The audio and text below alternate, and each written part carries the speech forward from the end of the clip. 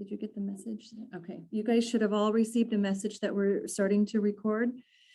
I'm Sheila Parisian. I've been with Desert Mountain SELPA for about 11 years now. I've worked in all areas as far as inclusive education, universal design for learning, assistive technology, behavior, autism, everything under the sun that you can think of. And about 4 years ago, I moved to our individual protections or our legal department. And so prior to that, I'm dual credentialed. I spent about 9 years in the gen ed setting and also have my special ed credential. And then I'll let you hear a little bit about my co-presenter, Renee. Oh, and just logistically, because we're in one room, we're going to be sliding back and forth. So that way, sharing the screen. So I'm going to slide over and then she'll slide it right in. Okay, real quick, we have a comment. Kim says she's not able to hear. If you're on camera right now, can you give a thumbs up that you can hear us? Okay. Okay.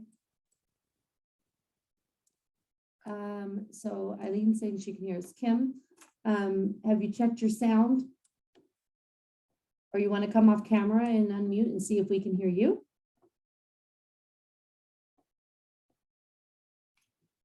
I think if you push the little arrow next to the mute. Hi, are you guys able to hear me? Yes, we can hear you. Oh, I should, if she can't hear. I wonder if you need to use the chat.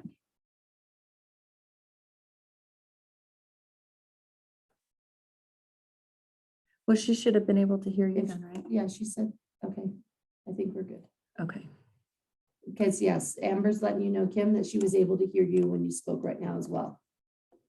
Right, but can Kim hear us? Can you? Or text her. All right, I'm going to keep going since we are recording. And because we're recording, I'm going to put out a disclaimer and I'm going to go ahead and read that. The guidance provided herein is current as of the presentation and is provided as best practices under the Individuals with Disabilities Education Act, IDEA, and compliance provisions set forth by the California Department of Education, CDE. Individuals who are part of the Desert Mountain SELPA and Charter SELPA should refer to the Desert Mountain policies and regulations, check their school district policy, and or consult with the DM SELPA program manager for due process or your legal counsel for guidance and or legal advice with respect to any legal matter. And what that really means is that each case is so unique in itself. It's truly individualized. And so if you have a special circumstance that you're dealing with, then that's why we're asking you to consult with your legal counsel and not just take directly from this training if you have a special circumstance. Because, oh wait, hold on. Oops. I'm going to scoot over and let Renee introduce herself. That looks funny as I slide across. All right. Hi, everybody. I'm Renee Garcia. I'm also a program specialist here with Desert Mountain SELPA. I support Barstow Unified, Adelanto Unified, Encore Charter Schools, and Baker is the other one. So those are my primary. I support like the new teacher trainings, classroom structure and management, do some of the math courses, a little bit of legal, lots of behavior stuff. I'm also an educational psychologist. And so I've been in education about 30 years. And I have the background of psychology and working through MDs as well. So we look forward to having you today. Thank you for your time. And we should have a great learning today. This is new for us, and so we're chuckling over here, sliding back and forth. All right, in our virtual learning, our expectations for this training is just be respectful by listening attentively, be responsible by staying focused during the presentation, and be prepared by creating a nice, comfy environment and distractive-free learning for you. And please ask questions, save them. We're going to be looking at the chat. And so if you do have questions, we will be attuning to that. Just to keep on your questions, because we do want this to be a training for you that you're going to take advantage of and then take some good learning away from it. To get us started, what I'd like you to do, you guys should have received an email and it's a link to our Padlet. If you are having difficulties getting in, you may try the password is discipline with the capital D. And you will there find our PowerPoint that's on there and some other resources that reference the training today. I wonder if I could. I'm going to look at the chat if everybody was able to get into that Padlet and get our PowerPoint presentation. I'll just give like a couple of seconds for you to be able to do that. And while you're doing that, I wanted to go through some of our expectations here. It's to understand just what an IEP 504 plan and the basis of knowledge when in regard to student discipline.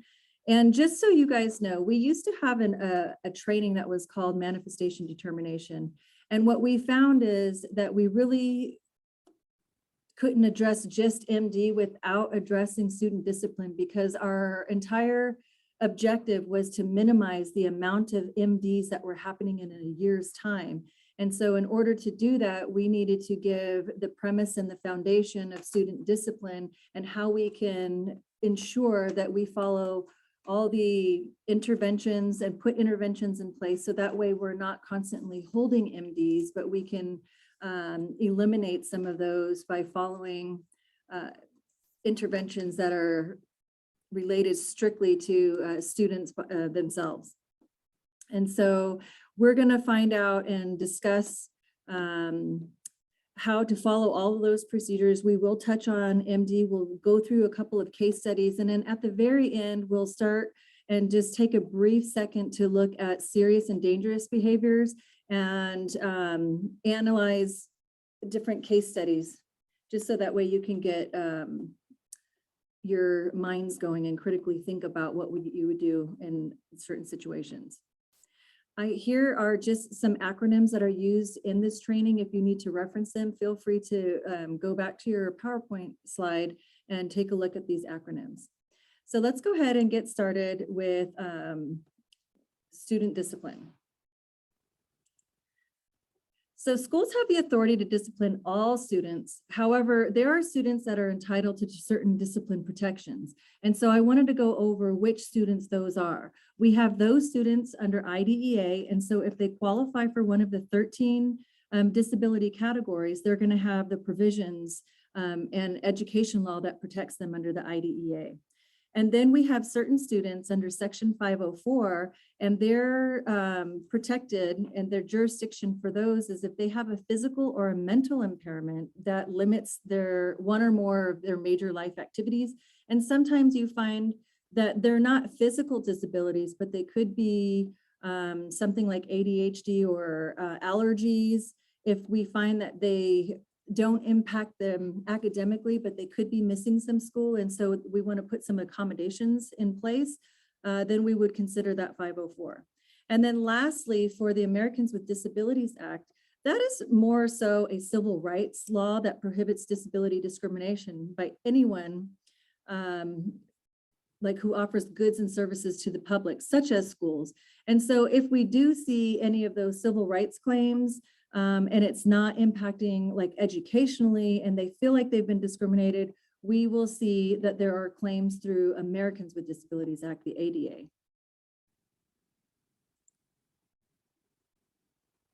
So why is it that there are special protections for special education students? In 2016, it was the last time that they ran some data.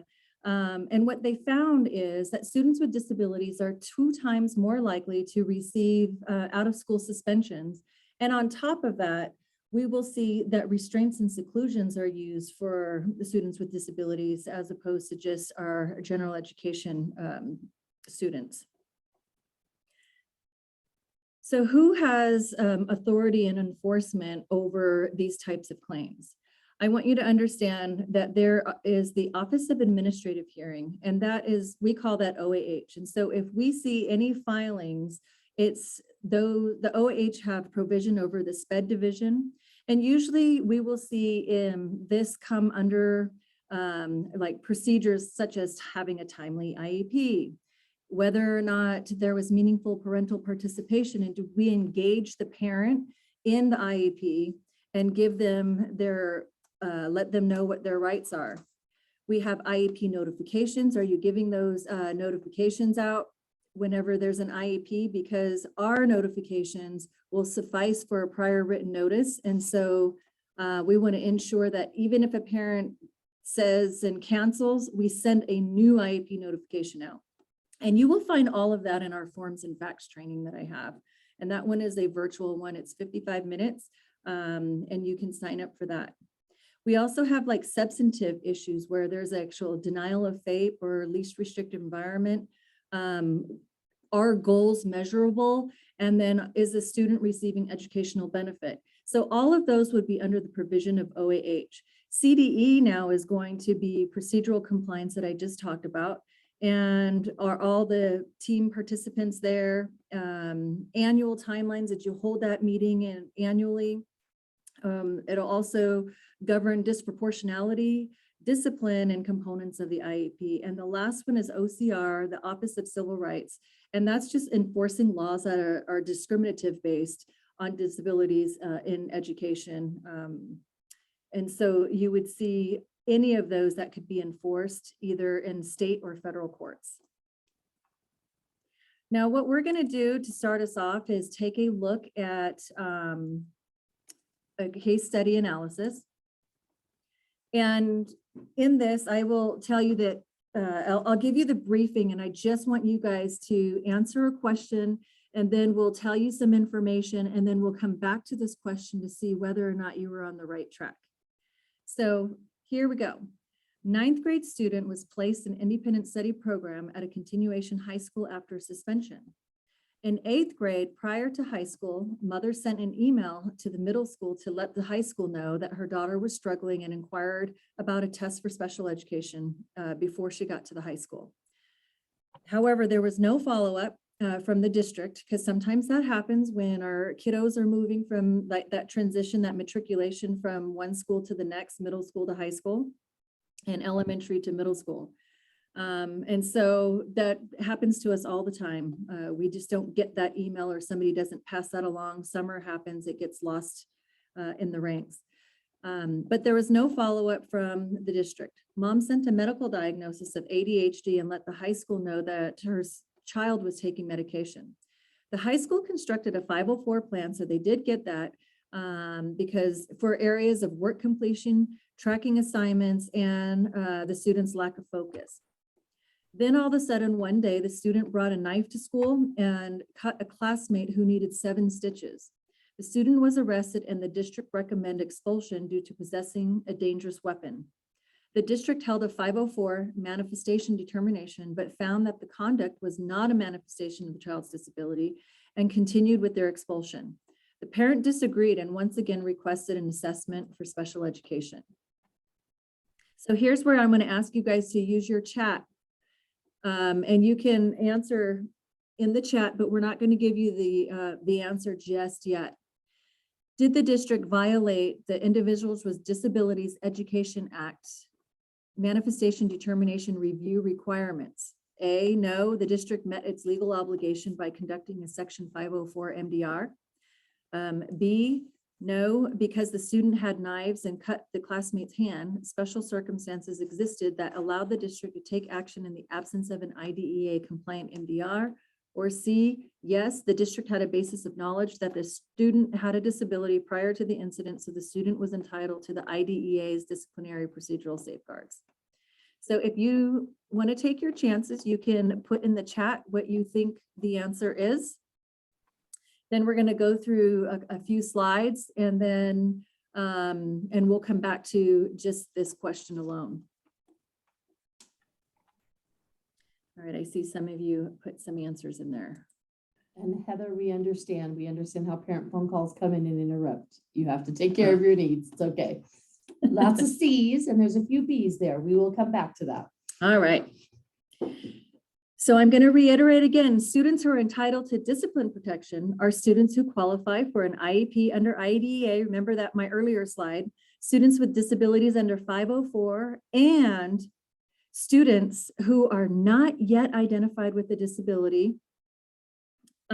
However, but the district had a basis of knowledge. So we're going to talk a little bit more about what that means. The protections here just make sure that students with disabilities are not being disciplined due to their disability. And the purpose of these protections is to ensure that the child is not missing instructional time and services that are needed. And we're going to describe and explain and go into more detail on what all of that means. Where is this? All right.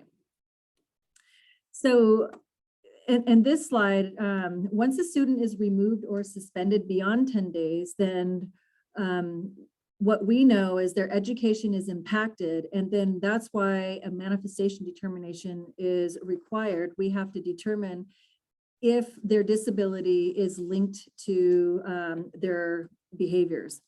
And so if they're missing school due to their behaviors and they are not having access to typical peers or their services in the general ed curriculum, that's what we're going to start discussing and have you get a thorough understanding of exactly what removals are. And then secondly, we're going to discuss right now if the district had that knowledge. So if you're in gen ed, how do we know if a district had knowledge that the student was a child with a disability to know whether or not they're going to fall under discipline protections? So let's talk about basis of knowledge. So here, protections for student not yet determined eligible. So here we have a student who is engaged in behavior that violated a code of student conduct. They can assert that they have protections if they can prove that the child was a child with a disability before the behavior that precipitated the disciplinary action that occurred. That comes straight from the law. So this is quite often like when a gen ed student is up for expulsion. So let's just say my experience here with MDs and for a student in the gen ed, a lot of times what happens is they will engage, just like the story we just read, in some type of behavior. And then parents, of course, are the child's biggest advocates. And so something happens. Now the child is up for expulsion. And then what the parent does is goes and obtains like some type of legal counsel or an attorney. And what the attorney is going to do is come back and request the records. And this is exactly what they're looking for. They're trying to find out if there was anything in the student's records that could prove that the district had prior knowledge. And so we're going to talk a little bit about like where you might find those areas. So a student who has not yet been identified as eligible for special education and the district had knowledge, the timing can be very, very important, because what's going to happen is an attorney might say, okay, well, we request assessment now. And so they're going to go back and look, and the district is going to have to expedite that assessment and determine whether or not that child qualifies. But there's other areas that could be looked at, and it's more than just academics. And so I'll give you that slide that shows you where you guys can write down in your notes, like what are those areas that you need to be conscientious of to look into. So these three triggers are set forth in federal regulations to determine whether or not the district was deemed to have had knowledge of a student had a disability. And that is, number one is parent express concern in writing that the student is in need of special education and related services. Now, I also want to give a little hint that's written in our procedural safeguards that if a parent ever asks for an assessment, it's the district's obligation. So even to let your front office ladies know, or any of your other staff, that if they ask for it and it's verbally asking for it, then it's the district's obligation to help them put that into writing. Okay, number two is parent requested special education assessment. Or number three, personnel expressed specific concern about a pattern of behavior to the special education director or other supervisory personnel within the agency. And personnel does not have to communicate concerns in writing. And so sometimes these become tricky because is it in even like through parent conference? Is it in an email? Like right now we use emails and texts and those could be called upon because a parent will say, oh, I let a teacher know, or I like my son uses Class Dojo. So is it in there somewhere that you're looking to see that a teacher even expressed some type of concern? And so that could be triggered as the district having a basis of knowledge. So just keep that in mind because those instances could, the director may not be privy to that information or even know. So having a conversation with those educators that are linked to the student is very, very important. Here are some exceptions. So our exceptions that a district will not be deemed to have a basis of knowledge. And that is if a child is provided special education and a parent revokes their consent for the child to receive any special education services, that one will fall under that we're not going to deem the district because the parent then had put that in writing and then revoked their consent. The district discontinues the provision after that because they are then considered a general education student. And we're hoping that the district wrote their prior written notice and said, okay, you revoke consent, you are now a gen ed student, therefore you'd have to comply with even disciplinary measures that a gen ed student would be have exposure to. So then no basis of knowledge because there's then no IDEA protections available once that student becomes a gen ed student again. If the parents refuse special education services, and the last one is the district conducted an evaluation and determined the student was not eligible. And so we know that if that did happen in our procedural safeguards, parents then have a right to not agree with that assessment and ask for an IE. But if you did your due diligence and you conducted an evaluation and determined that the child was not eligible, then like from here on, then the district is going to be protected. So just a couple of slides on section 504 and discipline, because I will be honest with you, this is something when I was a gen ed teacher on site, I had no idea that my students who are on a 504, that we were required to conduct a manifestation determination meeting if the student's behavior, if they were missing 10 or more days. And so that was like kind of new to me when I did learn that we are supposed to have a section 504 MD for those students. And then I think the difference between 504 is that if you're on an IEP and you're protected under IDEA, once you miss more than those 10 days, the 11th day, you're still required to provide services, but that's not necessarily the case for students on a 504. All right, let's get back to our group activity with everything that we just learned. Here's our little case. So then on things that we've learned, I highlighted some areas that are going to help us determine whether or not the district had a basis of knowledge and tell us what protections, if they were going to still have protections under IDEA. So here highlighted in yellow is mom sent an email to ask the middle school to let high school know student was struggling. This would give the student IDEA protections because this is going to show that the parent requested a testing in writing. Mom, and then you were on notice, the district was on notice when mom sent a medical diagnosis. So this could be an area of suspected disability, having that ADHD and the student being on medication. Doesn't mean the student qualifies, but it does put them on notice to have a basis of knowledge. So I'm going to come back to our question. For those of you that answered, did the district violate IDEA? Now remember, the student was a 504, but they're going to have IDEA protections because of all of the highlighted areas. And so if you answered C, the district had a basis of knowledge that the student had a disability prior to the incident. That's what the judge found. The ALJ found that the district had a basis of knowledge about the student's disability, so it should have followed IDEA requirements. The judge explained that the district was imputed knowledge of the student's disability when the parent requested special education evaluation, and the district failed to act upon that request. And so when I tell you that they will go back and they request records, attorneys do, they're going to look for any bit of that.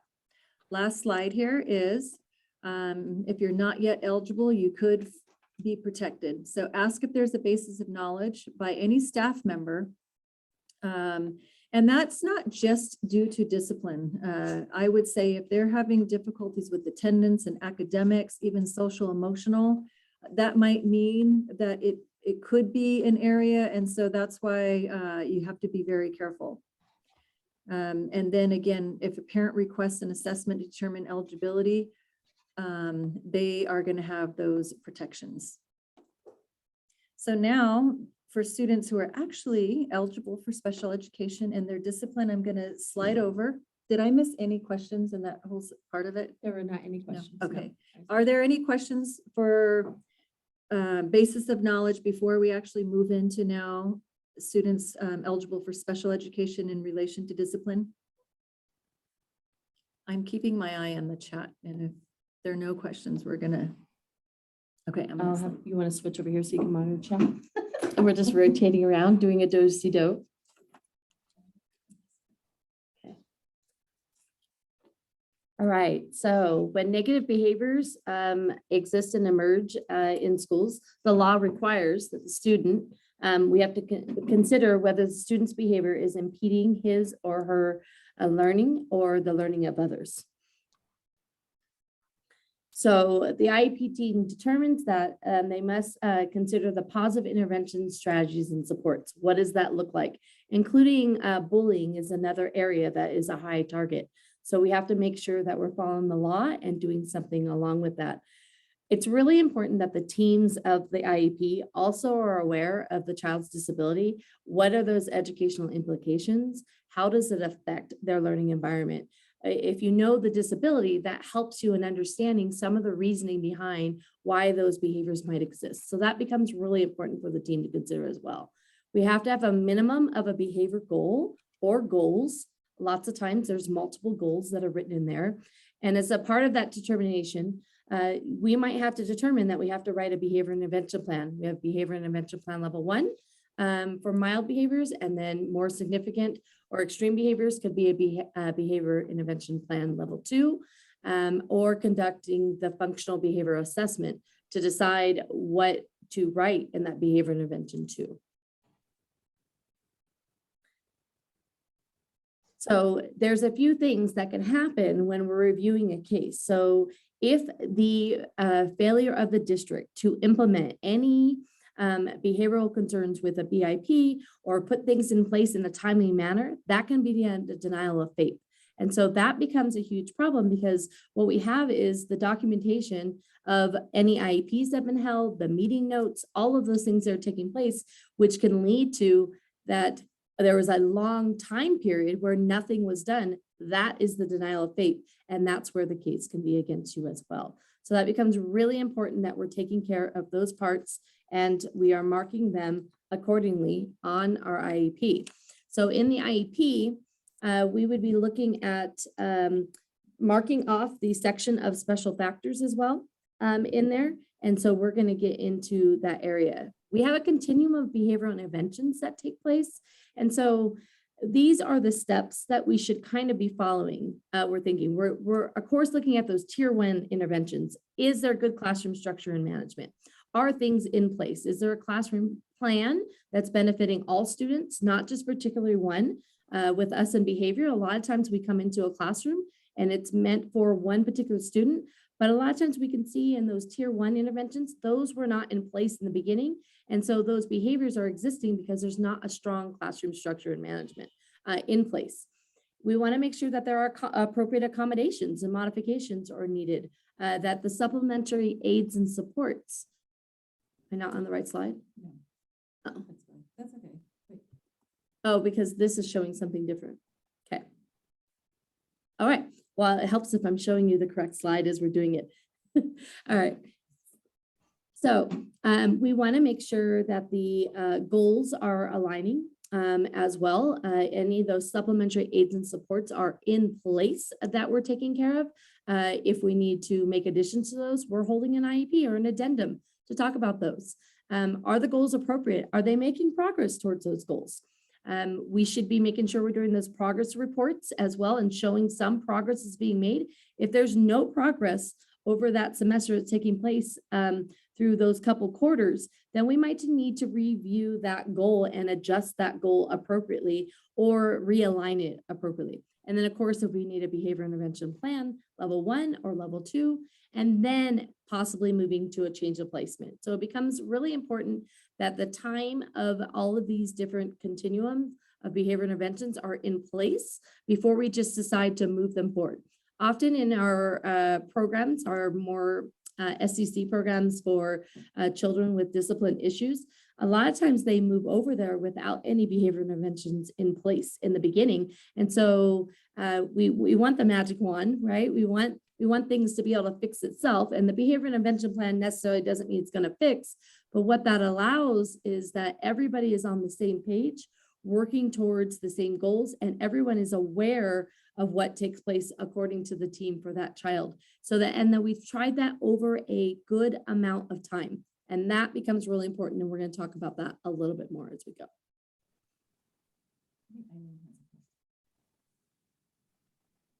And what's her question? Oh, it's a hand raise? Okay. Eileen, that's great. I just thought it was typed in the chat. Eileen, do you want to come off and ask your question? Yeah, just because it's like too long to type. But Okay. So as I'm looking at the continuum of behavior interventions, I just want to make sure that I have like a clear understanding. So we have the PBIS intervention, so that's like our tier 1, right? And then like say we start noticing behaviors, and then we look at classroom management plans. So how does that work when like they're in some general education classes, like, and getting all the teachers on the same page, or looking at certain triggers, or if it's just one classroom? Because then we kind of get into like a BIP territory, because now we have to go find out if it's happening all day, or so how It's a great question. Okay, so when often in a lot of the classrooms, each classroom is ran individually, right? So some classrooms are going to have better supports in place. If we notice by looking at the data that certain referrals, office discipline referrals, are coming out of one particular classroom, that's a good indicator that there are some things that are not in place. And that's where the communication with that teacher comes on. What does that look like? That could look like administrator walkthroughs. That could look like calling the program specialist that belongs to that district to come maybe do a classroom observation, a peer teacher doing classroom walkthroughs, lots of ways to help strengthen that teacher, because more than likely, if that one particular child is really successful in other classes than that one, that other kids are also suffering in that class, right? So there's a lot of loss of learning for everybody that's taking place. So we need to strengthen that class, because what we know in behavior intervention plans, for those who are really familiar with them, it's often about changing adult behavior, right? And we wouldn't necessarily write a BIP for one particular class if it's really existing, because there are some universal things that need to get taken place first, right? And that's kind of what you're asking. Yeah. I think it becomes really important that, especially for general ed teachers, often us in special education hear, oh, I have a kid that belongs over with you.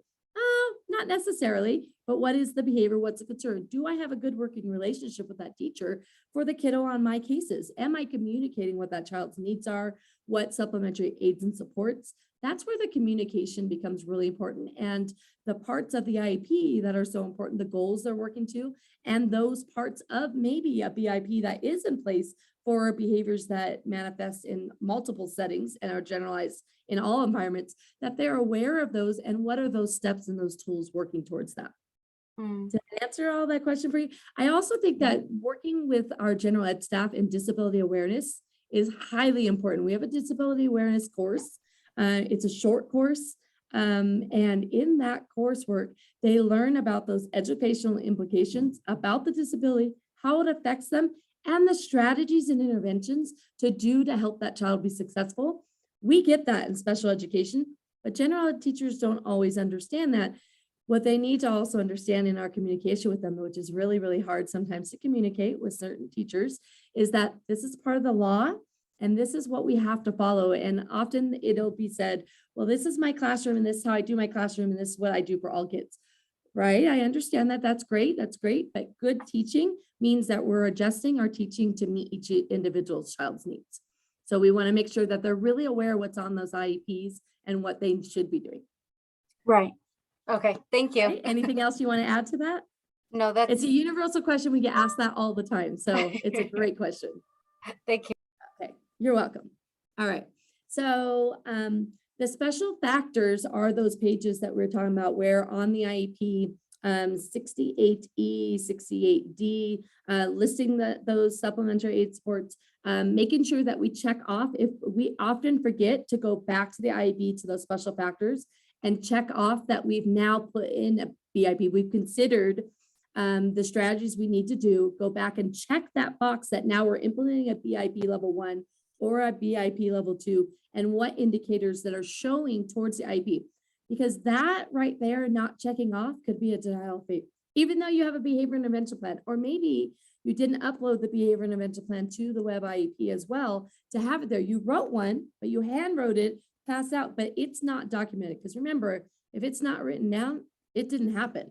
So we want to have documentation showing that we are doing all of those things, checking those boxes, of course, and then we're really putting in the work and collecting data on any of those supports that we're putting in place. If you have any changing of factors in there, it always should be documented, and of course, really good notes through there. And we want to always make sure we're meeting the needs of that child.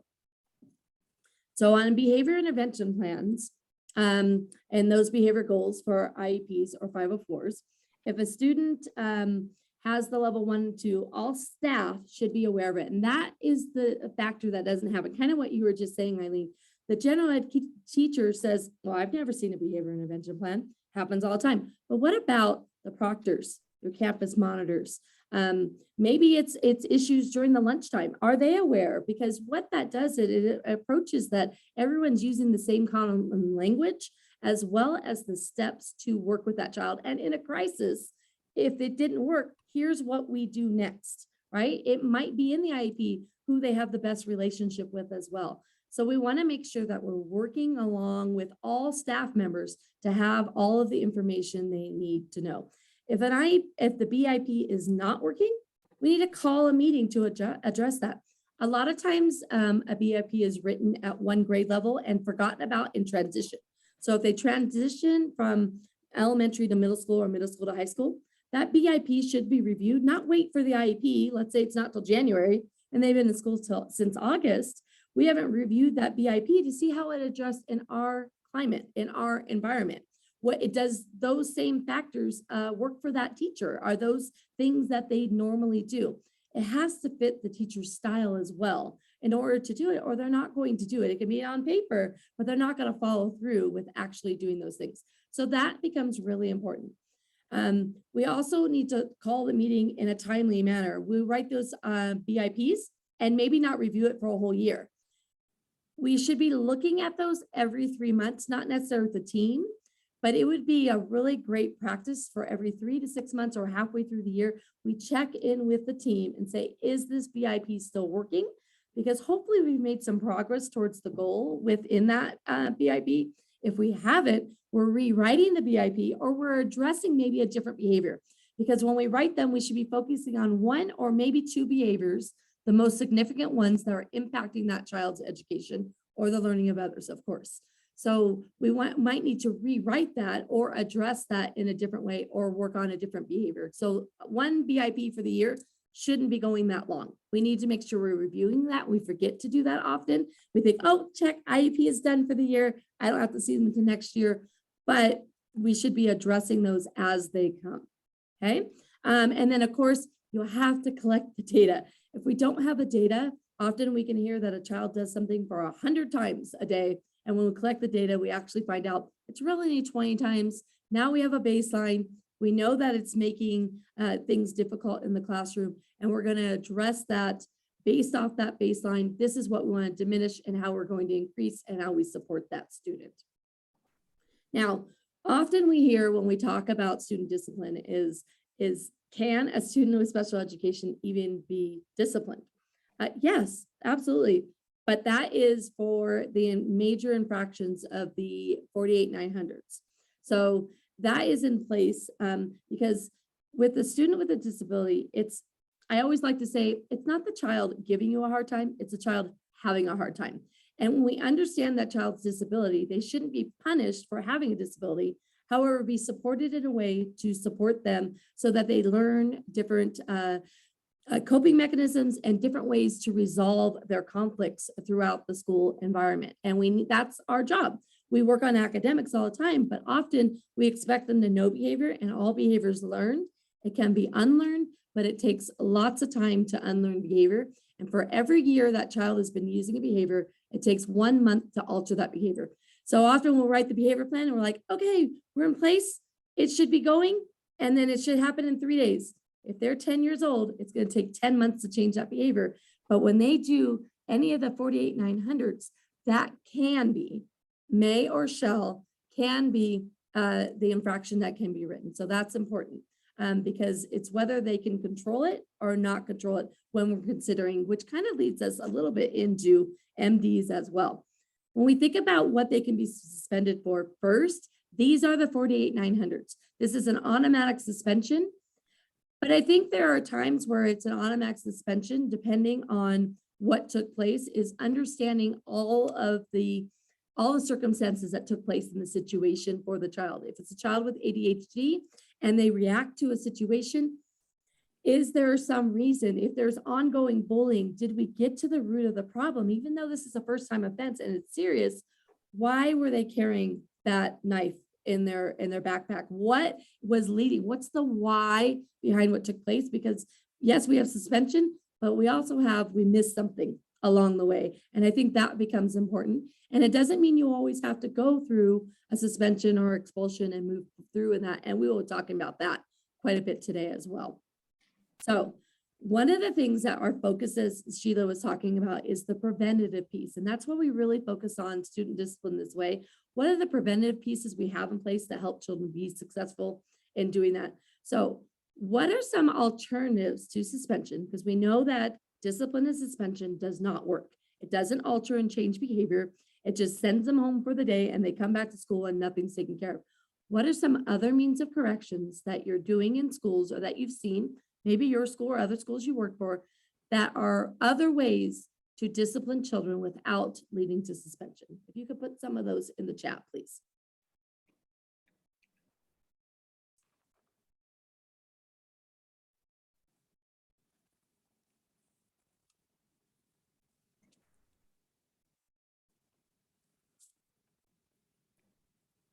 Do we have any of those that came up? Are you responding? Okay. Okay. All right, so you want to read some of those off?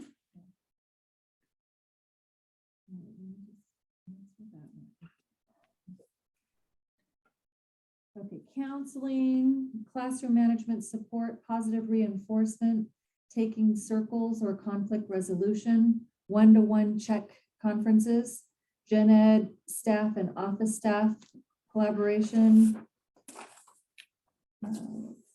check-ins. Okay, is that all of them? Yep. Okay, great. Those are all great suggestions in there. We want to have a list of other things that we can do instead of just suspension. How do we work with that student to alter and change that behavior at the end of the day? So when we think about alternatives to discipline, those are exactly what you just said, some of those in there. We might need to call an SS team or the IEP team together or that 504 team, right? We're going to reach out to some of the behavioral specialists and other people in the area that can look. You have a website there with pbis.org. There's also pbisworld.org. That one specifically identifies certain behaviors, and then it gives you tier 1, tier 2, and tier 3 strategies at the PBIS World. And parent conferences. This is also important because sometimes when a student is not suspended, a teacher will pull I want a classroom suspension, and they have the right to do that, to suspend from that one class. That doesn't mean the student is suspended throughout the whole day. They're suspended from that one period. Even in an elementary, they'd be suspended for that one subject period in there from that class. But what's required of that is a parent conference within 24 hours with the parent to discuss the behavioral concerns that are going on. So just because they say they want a classroom suspension, their part is to follow up with the parent and hold a conference with that as well. And that is written as the agreement in order to do classroom suspensions. And that way teachers can't overuse that, right? It makes you have to communicate with the parents as well. The counseling that you spoke about, of course, involving your psychologist in your district, getting some more eyes on that student to figure out the full case. And then, of course, you might have to refer them for additional evaluations. Maybe they've been in school for a few years and they've been under a significant learning disability, but over time, we're seeing more and more behaviors that are impacting their education, and we might need to reevaluate. We might think that maybe this child is actually emotionally disturbed. So we might need to reevaluate in that area because we are seeing some other significant things that are outliers compared to maybe just the learning disability that are really rising up. And that's where the team becomes really important. Okay. Of course, social skill programs, putting them into, maybe you have 6-week programs, group sessions. We spoke about circles. I heard somebody say that on the examples, but restorative justice, we have all kinds of training in that and how to use those programs and build circles to help kids resolve conflict in positive ways and feel like they've been given justice. Do we have after school programs that they can join in clubs and groups? Of course, in-school suspension can be utilized, but there's a couple rules within in-school suspension. So we're gonna be discussing that as well throughout coming up here shortly. We might have a behavior review committee. We might need to train on cultural stereotypes, put them in credit recovery programs or other community services. Remember, everything needs to be documented that you tried. We have a lot of great systems within the school, and when teachers are doing accommodations or they are putting these in place, make sure it's written down somewhere. Put it in your documentation, what you're doing, because that is the support if we have to go to due process, that we're going to be able to help you move forward to show that you are taking all the necessary steps to provide, as well as some of the recommendations you guys put in the chat. I have a question. Great. What's the question? Who conducts an FBA? Teachers, psych, behavior specialists? All right. That's a great question. All right. So you have to refer back to your district policies and what takes place and how that's implemented. FBAs can be done by the teacher or case carrier. Often the psychologist is involved because we have a background in looking at functions of behaviors, but necessarily it can be also subcontracted out with somebody who comes in and conducts an FBA.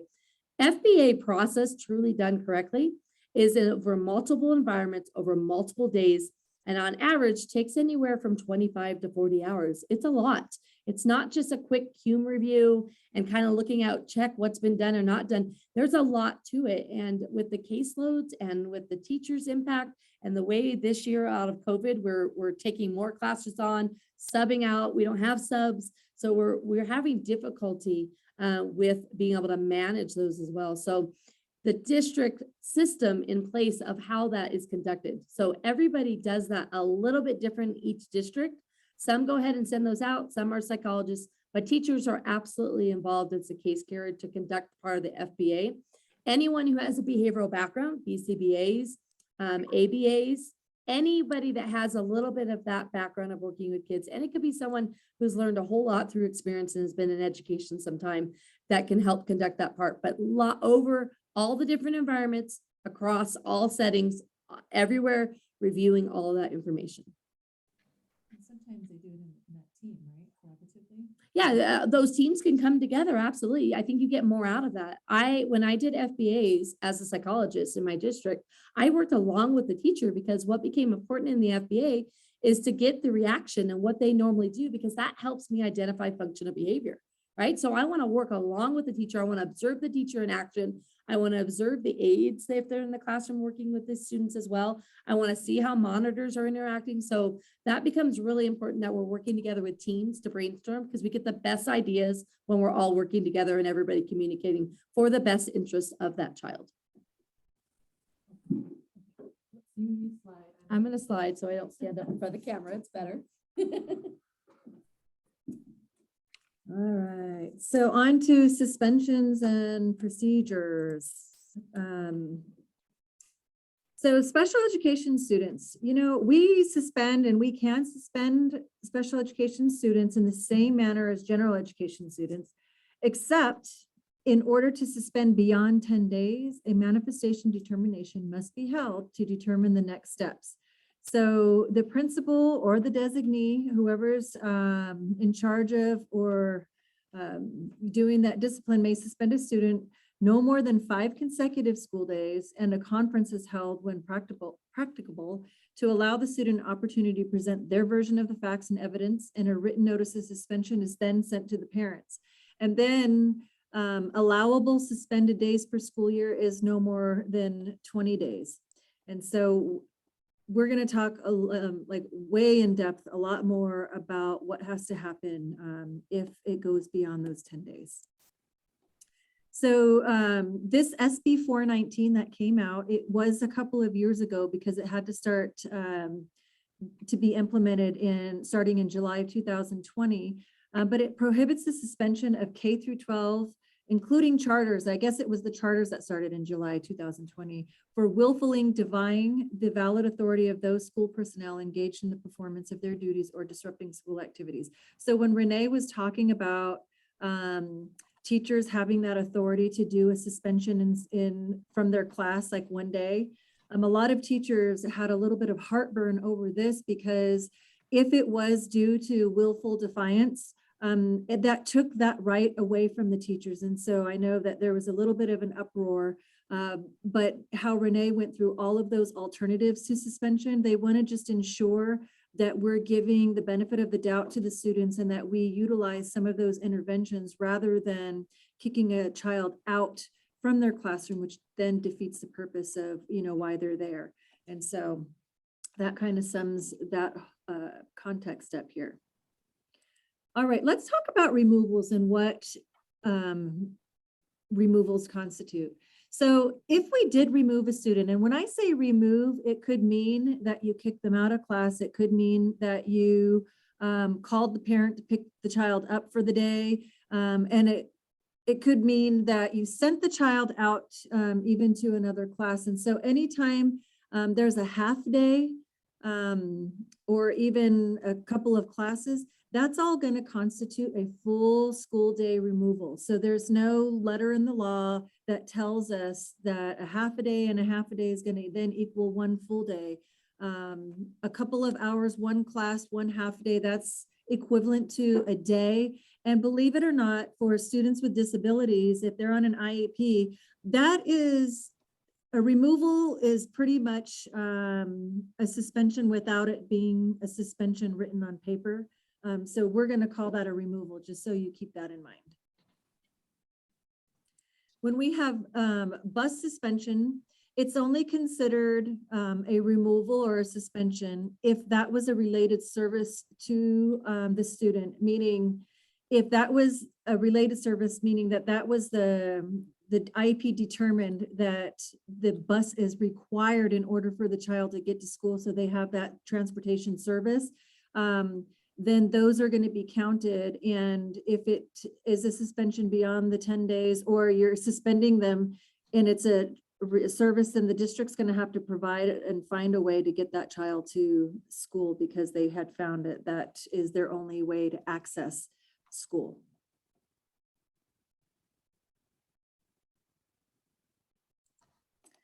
All right, so we talked about sending a student home early. So if you're calling the parent to pick up the child due to behavioral issues, that's going to be counted as a removal.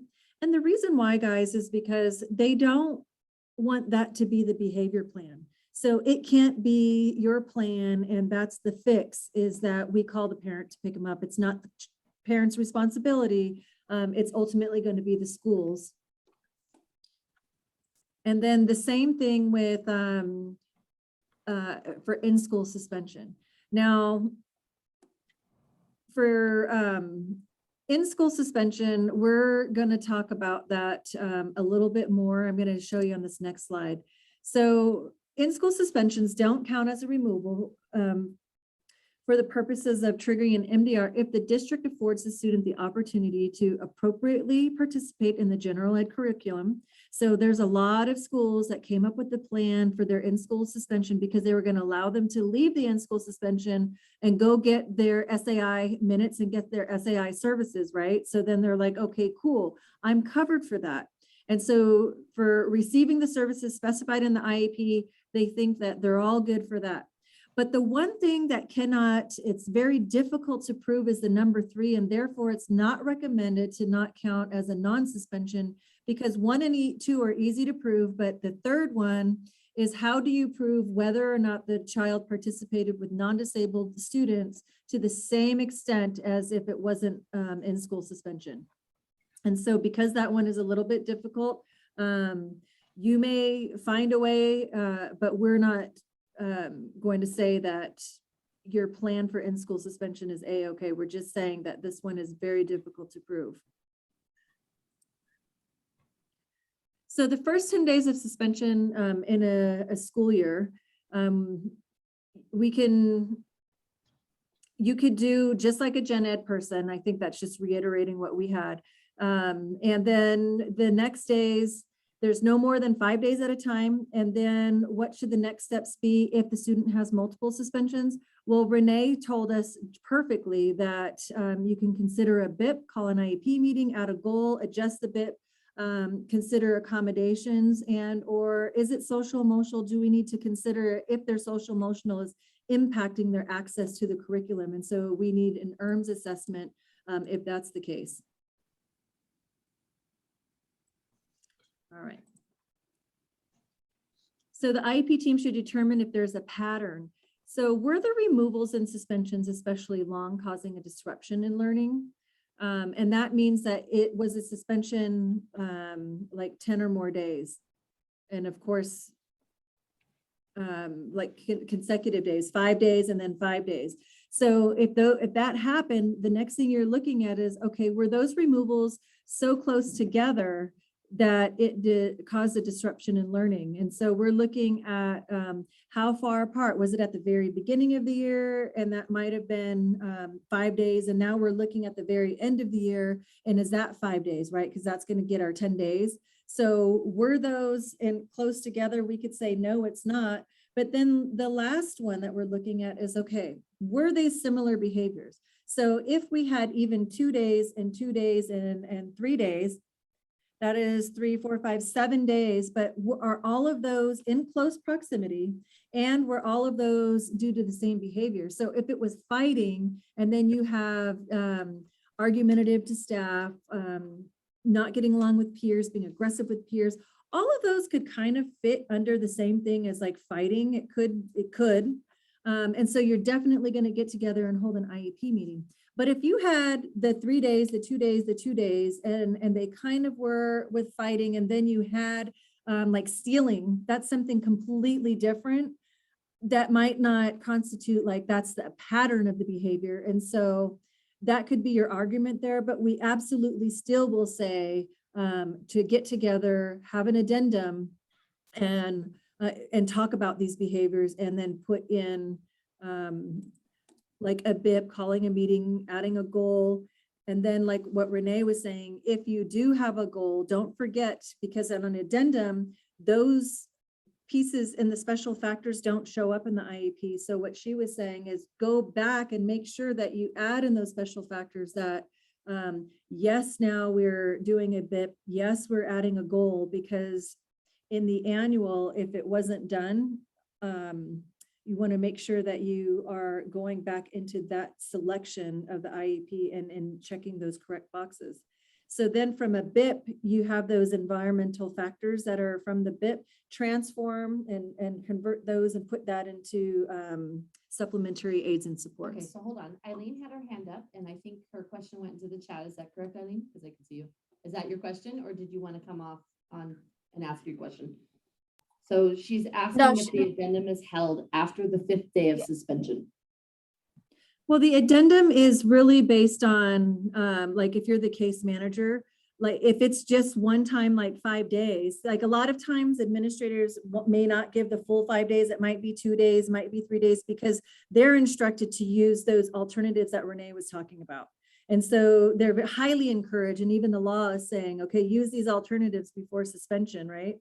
And Mhm. so a lot of times, and even in the law, it says no more than 5 days at a time.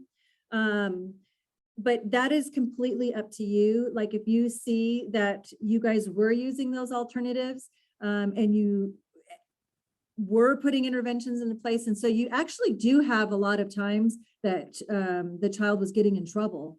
And so it's only one time that they were suspended, and so that you do want to call an addendum. So it's really like what documentation you have and what you want to put into place. And I think Okay. I love that you asked that question as well, is because it becomes do we wait till 10?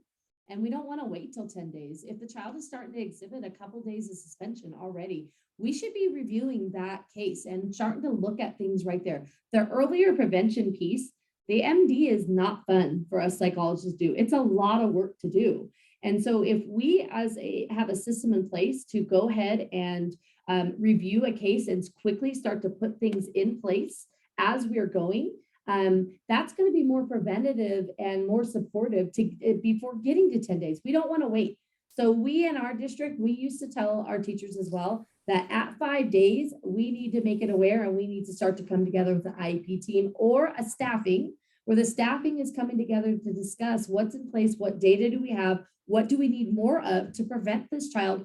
And maybe right there, we recognize that we need to do a referral for mental health. So we might go ahead and add that right in, right there from that beginning, and not wait till we hit 10 days. So the earlier, the better, Eileen. So it's a great question that you asked. Yeah, and you want to see that, like a school psychologist, right? They don't want to just do an FBA and they haven't seen any of these other helpful interventions that were implemented to see whether they worked or not. It would be very helpful to them, because then they'll have more data. Or it might be that we're looking at, like the child needs a change of placement. Maybe they need a more restrictive environment because they were in gen ed, and now we need to consider another placement. We're not going to jump to the other placement if we haven't have a record of trying all of these other interventions. Like, we want to be able to show, look, we've done our due diligence. We've put these interventions into place. These weren't working. Perhaps we need a smaller, like a student to teacher ratio, smaller group. And so then now we're looking at a different placement because we've already tried all of these accommodations in the least restrictive environment, which is the gen ed. Okay, so if we determine there is no pattern, but now we're finding maybe there is a pattern, then again, either no or yes. I always say the safe solution is an addendum to get that team together. Like Renee said, you're putting some interventions in place. And remember that BIP, a behavior intervention plan, that is not for the student. That is for the adults to know what the adults should be doing, because we don't give that to the student. It really is a plan. If you really look at that plan, it does detail what adults should be doing, not what the student should be doing. It's what our expectation and our ultimate goal is what the student is going to be doing. But all of the rest of that plan outlines what the adults should be doing. All right, so these are just visual supports. If you know me, I'm going to give you 3 of the same slides, and they're all going to say the same thing. It's just how your mind is going to take it. And so there's 4 categories of removal that we were talking about. 10 school days or less equals no change in placement. Okay, you have less than 10 cumulative days and there's no pattern. That means there's no change of placement. Less than 10 cumulative days, but there is a pattern that could be a change in placement. And then less than 10 consecutive days equals, or is that more than? Okay, equals a change in placement. Now remember, I just want to let you guys know, when we say a change of placement, it's not us having an IEP meeting and saying that we're changing the kids' placement. What IDEA is saying is that when we remove the students because of their behavior, so that means we sent them to another class, we sent them home, we asked parent to pick them up, or we suspended them. If that gets more than 10 days, what it's telling us is that that child missed too much school because of their behavior, and that's why it's called a change of placement. Now, it's because they weren't being provided with their education because we removed them. That's why removals are synonymous with the change of placement. So here again, this little flow chart helps if the change of placement occurs if removal of more than 10 consecutive school days or more than 10 cumulative days of short-term removals, and that constitutes a pattern. And then the last one is another chart that lets you know you can suspend up to this 10th day as soon as, but prior to that 11th day, you need to then hold a manifestation determination. And then here we are now with what everybody's been waiting for is MD. But as you could see, Renee and I worked really hard to let you know what to do so that we're not having these MDs and then we missed all of the things prior to that could have been solved.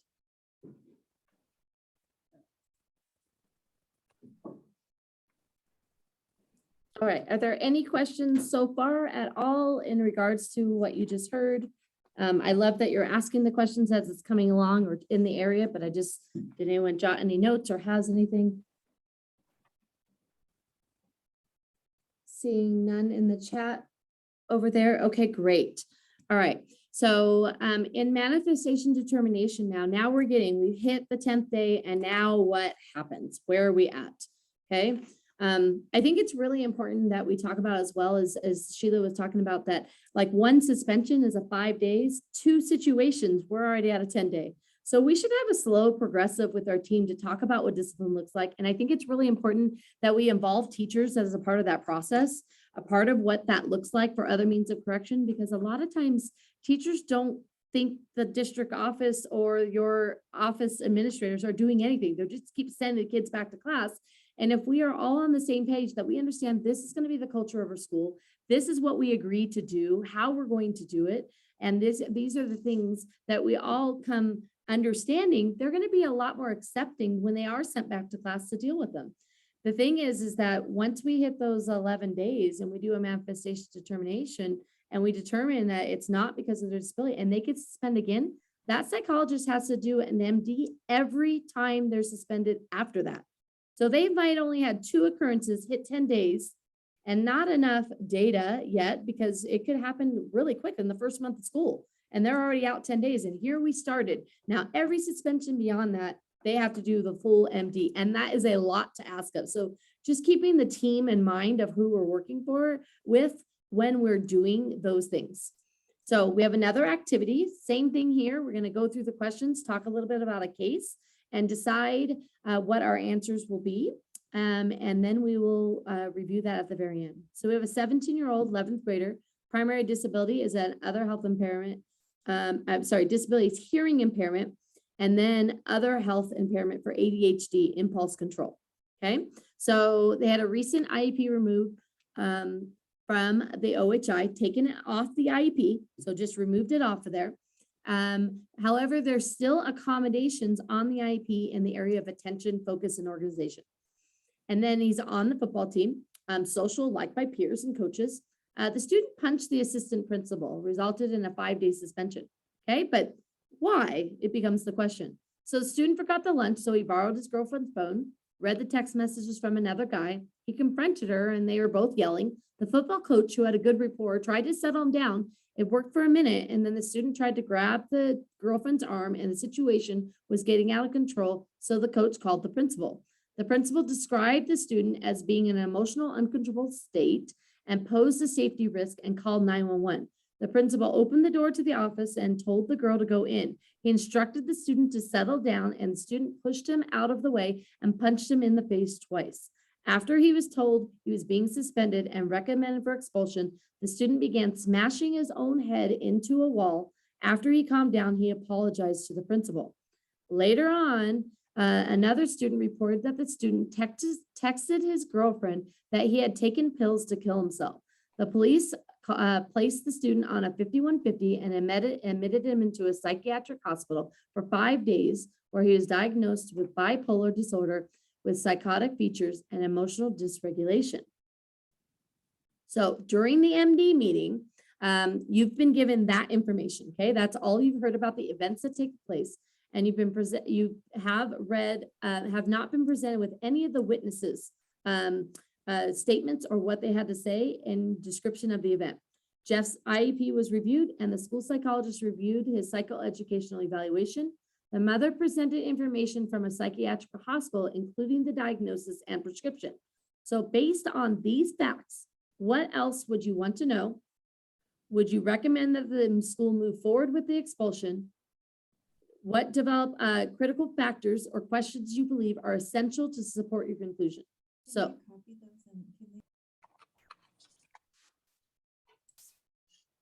Okay, welcome back. Hold on to your thoughts and discussions where you're at. We're going to come back and have a group discussion to talk about what we might need. But let's talk about some of those primary questions that relate to this particular case.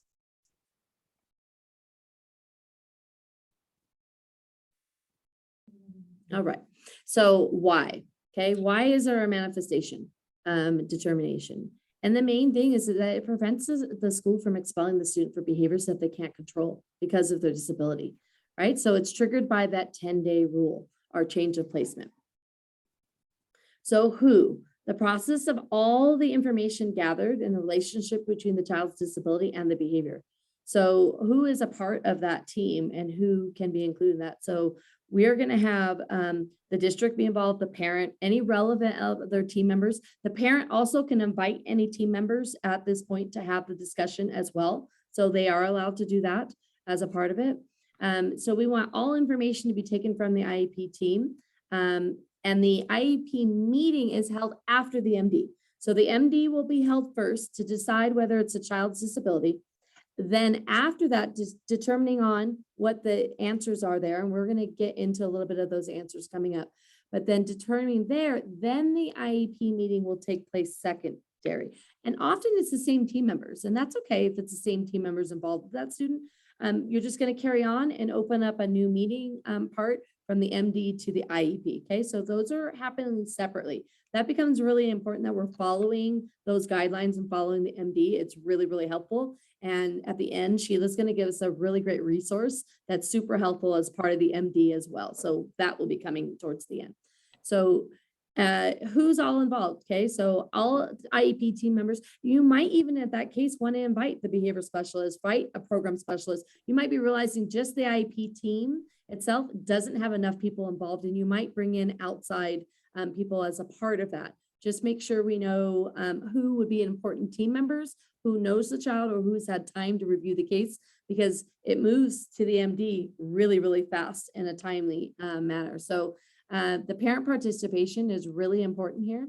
We want to make sure that we're involving all team members, getting a discussion going on. Failure for the student's general education teacher to attend can be a problem. We need the general education teacher to be there as well, a part of that, and for the entirety of the IEP meeting becomes really important. And then that we have all information, any logs of maybe services that have been provided, data can be a part of that. Everything should be included in that meeting. So there's a lot to prepare to walk into. We shouldn't be walking in empty-handed. We should be walking in really prepared, gathering that information, ready to conduct that information. So I just want to jump in. Go ahead. A big, huge question we always get is, man, we've been scheduling this MD meeting, but the parent hasn't come and the parent hasn't showed up. What do we do? Our time is approaching and the parent's not going to show up. And so there was an ALJ judge, the judge that did say, you know what, I'd rather you have a procedural violation and that you're late with the MD than moving forward without the parent. And so now, our guidance though is you send out a meeting notice to the parent. You send out, you want to have at least 2 to 3 meeting notices, trying to find an equally convenient time. If they can't come, you're going to send a certified letter. You might want to do a home visit. You want to do all of these things so that you can show your greatest efforts to try and get the parent there at the table. If you can then prove and you have a log and a record that your efforts have all been documented, then I would say to go ahead and move forward with the direction from your SPED director, of course. But only in those instances would we recommend that, and you would let the parent know we are moving forward. But it's very interesting that that law, that case law came where the judge said, "Huh, I'd rather you be a little late than not have the parent a part of that meeting." Okay, so how do we do that? So we want to make sure that we understand the child's disability. We might refer to the DSM-5 to review over that and what that looks like, how that affects them educationally based off that disability, because we really need to make sure that we're not ruling out. There has been cases that I've been involved in where the student is intellectually disabled. We're having all these behavioral suspensions, and then all of a sudden they're up for expulsion. And then I've seen them say, no, it's not part of their disability. Well, it's not part of their disability because they're not identified correctly. And that's a huge problem. That means we as a team has done a disservice, and we haven't gone back to consider that maybe the child has a different disability than what they actually are qualified for, because things have changed, right, over a long period of time. So we really want to make sure we know the characteristics of the disability. Is it really truly fitting that child based off what we're reviewing and what we're seeing? What's the behavior? Is there a past those patterns that we were already talking about? Looking for patterns of that. Is it happening on certain days of the week, like on Mondays every other week? Well, where's that child go every other weekend? Do they go to a different family member every other weekend and it always happens on Monday? We're looking for those patterns to see if we can figure out the why. Because if we can figure out the why, then we can address on that Monday, every other Monday, and say, hey, let's have a conversation. We know you've had a rough weekend. Things were different. You're just making it back home. Let's talk about what that's going to look like for today. And we want to make some other accommodations for that student for the day, right? What resources do we have for them to support? Is the IEP appropriate, right? That goals, the functional behavior assessment, is the BIP appropriate? Have we implemented that BIP appropriately? And often that's the case that we haven't implemented the BIP and followed it. And what we learned earlier, that's a denial of faith right there. Any other additional information you might need? Have you interviewed other people, maybe coaches, other people involved with that student? Are we seeing it across the board in all environments? Because that can be an indicator of a mental health issue. It's generalizing in all environments, then that's just not tier 1 supports. That's the child in crisis having a difficult time. So we want to make sure that we involve everybody, bring people in that have some feedback to give, or reach out to your program specialist and have a conversation and say, who are we missing here? Who else could we maybe involve in this? And make sure you're reaching out to some of your resources that you have there to help you determine where you're heading. Okay. Or I like when I do an MD, I have always involved other psychologists. I said, hey, let's review this real quick. Let's go through. Am I missing anything here? Is there anything you're noticing? What do you think? And I have always done that with my other psychologists. We've always teamed up when it comes to this decision, because this is a really difficult decision in determining whether it's a part of their disability or not. And that becomes a very important factor. Okay, so in the review of the MDR, is the evaluation of the child's misconduct, right? Misconduct. Is it determined that the conduct was a manifestation of the child's disability?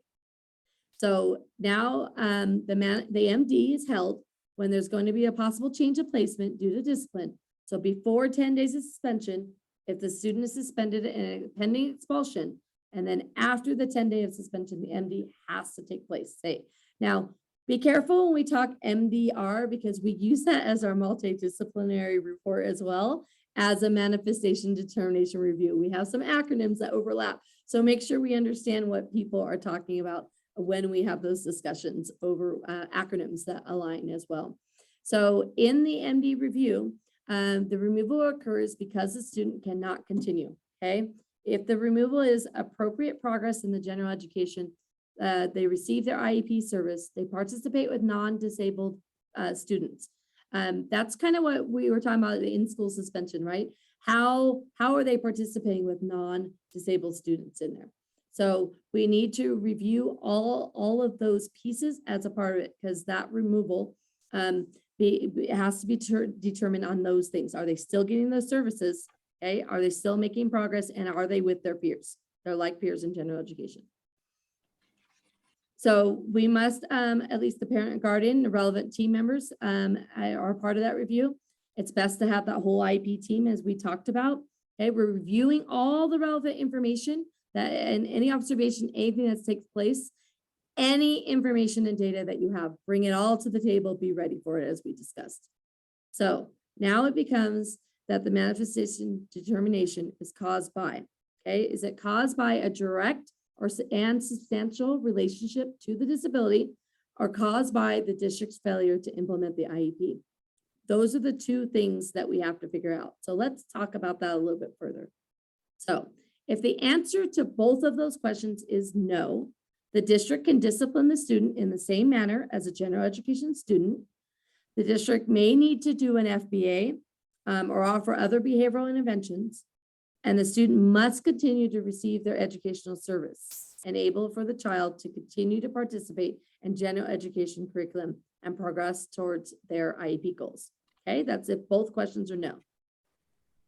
If the answer to both questions is yes, then we return the student to the current placement unless the IEP determines that maybe you need to make a change of placement, right? That's through the IEP. The change to the IEP to address the behavior. So you might have now add the FBA, add the BIP, you decide there. You might even decide that you need additional assessments and that happens, or the referral, right, in there. And then implement the elements of the IEP that were not appropriately implemented from the beginning. So that failure in there to implement the IEP becomes an important factor in it. We have a little cheat sheet. This is hard to see probably from your screen here, but it's an MD analysis and it kind of helps you go through suspension and expulsion just as a visual if you like those kind of flow chart things. You have this available on that Padlet that Sheila's shared with you at the beginning. And so you could print that out, have that available to you to utilize as well to help you here. So there's just a simple flow chart for you to follow. All right, so at each past the 10 days, the team must conduct the MD. That's what I was talking about. That is the hardest part to take. We've hit 10, 11, we have an MD. Now they come back, they get suspended again within a week or two because we haven't been able to put anything in place. Now we have to hold another MD and then another MD. So, and once we hit 20 days, guess what? They're yours anyways. So suspension doesn't work. We want to do all those other means of correction because after 20 days, you're stuck with them anyways. You've got to use all of those other interventions and all those other pieces you've been trying to implement regardless. And now you can't use suspension at all. So you max out pretty fast if you do that way. Yes, what's the question? So we only hold the MD when the student is at 10 days. Okay, so once they reach the 10 days of suspension, you're required to hold the MD. Okay, however, if your protocol in your district is that at 8 days, we want to hold MD, you can hold it sooner. You can do it sooner to determine because out of that, you might determine right there, you want to do a full case review because there's a pattern, there's some things that have been taking place and you're realizing there's some other things. You can do that through the IEP process though too. You can make a referral to the mental health services and do an ERMS referral right there. You could decide as a team, IEP team, that you want to go ahead and do additional testing in maybe emotional disturbance or another category. It doesn't have to go through the MD process, but it has to go after 10 days. That's the trigger rule that we talk about. That 10-day rule does it. There are some districts that will hold an MD at 8 days. Right, but I think what you were saying earlier, right before that though, is like the latest guidance is to hold meetings, but don't call it an MD until you hit that 11th day. Because remember, if you I'm do sorry, 8, I can't hear her. another MD again, and then on 11, and then 12, and then 15, and like you're going to keep doing them. Does that answer your question? Yes, but I can hear what she was saying. Wait, hold on. Was that a yes? Because I could barely hear you. Good. Yes. Okay. Cool. Okay. Next question. Are all suspendable offenses considered for MD or is it just the latest suspendable offense? So all suspensions count. Any suspension counts towards it. So MD is only, like it has to be more than 10 days. So on the 11th day, if you're going to get to that 11th day, so as Renee was saying, meet to discuss like behaviors prior to, but then the law tells us that we're required to hold the MD. Remember that little visual chart I gave you? When you're going to get to that 11th day, you need to have an MD. And so in every single offense after that, if it's a suspendable, if they're gonna miss any more days of school, like if there's gonna be another suspension, then you have to do an MD on that behavior. Like, even if it was the same behavior, if that's what you're asking. No, it's like, so, okay, so at 10 days, we have the MD, right? And then we're looking at all of the suspendable behaviors. So we're gonna list them all and then go through them all. And what if some of them are, yes, it was a manifestation of their disability, and what if some of them were, no, this incident, was not. So that's kind of what my question is, like. Okay, Are so we Eileen, looking I at think everything? what you're saying is you've had all these multiple suspensions. They're kind of like this one was because of impulsivity. This one was not.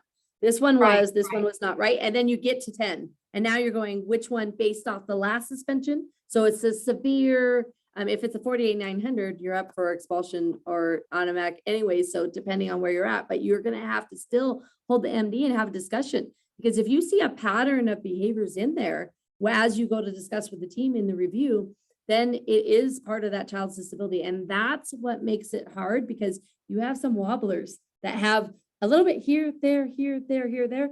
And if some of those suspensions are in that area of the disability, it's because of the child's disability. And So if, you're including all of those suspensions as part of the case to review to see if it's a part of their disability, the reason why the behavior is existing. okay, So and then they if all they're, encompass. yeah, if they're not, like, because sometimes we've had like where they're not, like, but it's been like 2 days here, 3 days over here, another 3 days over here, and it's just like random. So they have a learning disability, let's say, because this is kind of like the most often now. They have a learning disability and all of a sudden they're exhibiting a bunch of behaviors and they're starting to get suspended for it, right? Happens often. In that review, or starting to be proactive early, is to figure out what's changed for that child, what's changed in the environment, what's going on. Maybe they went off medication, maybe they started new medication. Do we now have some trauma that's taking place for that child and all of a sudden behaviors are starting? Do we maybe need to re-diagnose and go ahead and do an evaluation for emotional disturbance? Or did we not know about ADHD? Maybe they just had, as the student had a mental health breakdown and ended up in a 5150. That automatically right there is a break of psychosis, which means there is major trauma that has Right. just taken place that has set that child in a different pattern. We need to go ahead and decide whether we need to reevaluate to see if the disability is wrong. And that happens a lot, where the disability has altered and changed slowly over time, but nobody caught it until it got to the MD. Then it's like, whoa, wait, the child doesn't have any counseling. We've had this, this, and this going on. We better go back and put some counseling in place now. Even Right. though it's still an intellectual disability or a significant learning disability, we haven't identified the social emotional. Because remember, we're looking at the whole child. We're Mhm. not just looking, they have a category of disability, but the disability could be wrong, identified wrong. And maybe things have changed because we only do a triennial every 3 years. There could be a whole lot of, like out of COVID, a whole lot of death loss from family members, now living with grandparents. Everything has changed out of COVID. And all of a sudden we're 2 years in the triennial and we're like, well, no, the triennial is not till next year. No, the triennial can be moved up. We can go ahead and assess early and say something has changed for this child. And that's what we need to keep in mind. Okay, so even if we do the 5 days, like we hold a meeting, like an addendum, we address those behaviors, we identify like supports and stuff, and they get to like, say, another 5, then we hold our MD and we still consider the whole scope of suspendable behaviors.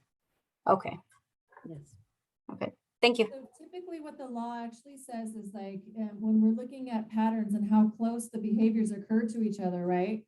So if you had 3 days, 2 days, 2 days, and then you have another like 2 days, you're saying if they're completely different behaviors. Well, we're saying 10 days should be like the same behavior, but we're giving you guidance that you should still meet anyways. Because on that sheet that Renee showed where it says, how do you determine if it's linked to that child's, can you go back to Mhm. this? To the help. The how. This slide is actually extremely important. I would take a picture of this slide when you go into an MD meeting, because when you are asking what is the disability, it's in the IEP, but you're also looking for a credible resource, which could be the DSM-4. or five now. 5 now. So when you're looking at what those characteristics are, you want to link them to what the IEP, the eligibility, what the child has. You want to look at what the parent brings in. That's why when we're saying those additional information, outside interviews, outside doctor reports, reports from like medical doctors, you have to take all of those. If you can highlight characteristics that the student is exhibiting in his disability in any of those little words, definition, wherever it's coming from that you have, that's what attorneys are going to look for. And that's what you should be looking to see if they have those. If they're saying, you know what, if you're saying like to ADHD or whatever they have, and you can find them in that credible resource, then you really have to take a good close examination to say, you know what, maybe it is linked to that child's disability. But what you don't want to do is be caught up in having a fight over, does this fall in the same behavior? Is it a different behavior? That's why you want to meet and you want to put that plan together. You want to get an FBA done. You want to do all of those things to find out for sure. And that's what's going to save you. But this slide right here is the one that really helps the team determine and answer those 2 specific questions that they're giving us. And if you do those, that everything that's on this slide to a T and answer those questions as a team, it's really going to help you determine whether or not that disability is linked to that child's, or the behavior is linked to their disability. Yeah, I think the misdiagnosis comes really important because I'm reviewing a case that just came out of the court in Barstow, and the judge is reaching out and saying, hey, what's going on for this kid? The kid's expelled. Why go back to do a case review and look through the web IEP because we have access to all that. So I'm just kind of checking through and I'm going, wait, I see emotionally disturbed all over this kid for years here. And he's still under a significant learning disability, and they expelled him. And they said it was not part of his disability.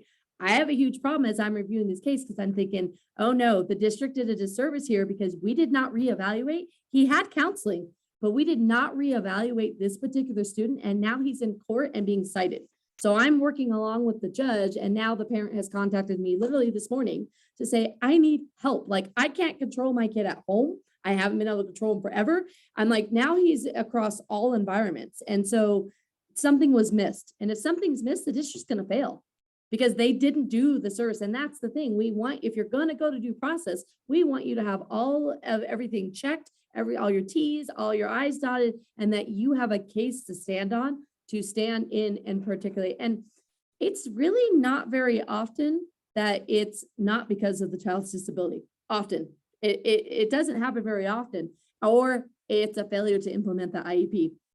There are those 2 factors that you're answering there almost always should be the case. And then, is it the best interest of expelling this kid? Like, do we have a lot of things in place and they have a lot of trauma in their home? We want them in school with us where we could give them the resources and help the family, help this child have a better life. And not everything needs to move there. There's some serious cases, but most cases don't need to continue through that process. All right. So we worked on that activity that we had you send in groups.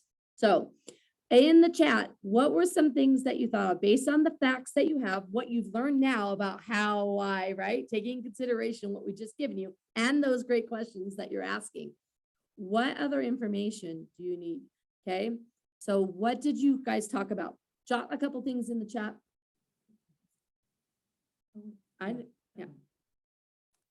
Oh, I wasn't on there yet. What'd you talk about in your groups?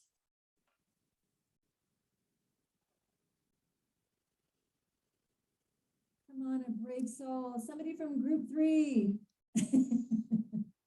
You're going to be voluntold. Well, okay. So based on the facts, what else did you want to know? Because I can tell you right when she was done talking, and I've worked with many staff, a principal gets punched twice, they want expulsion.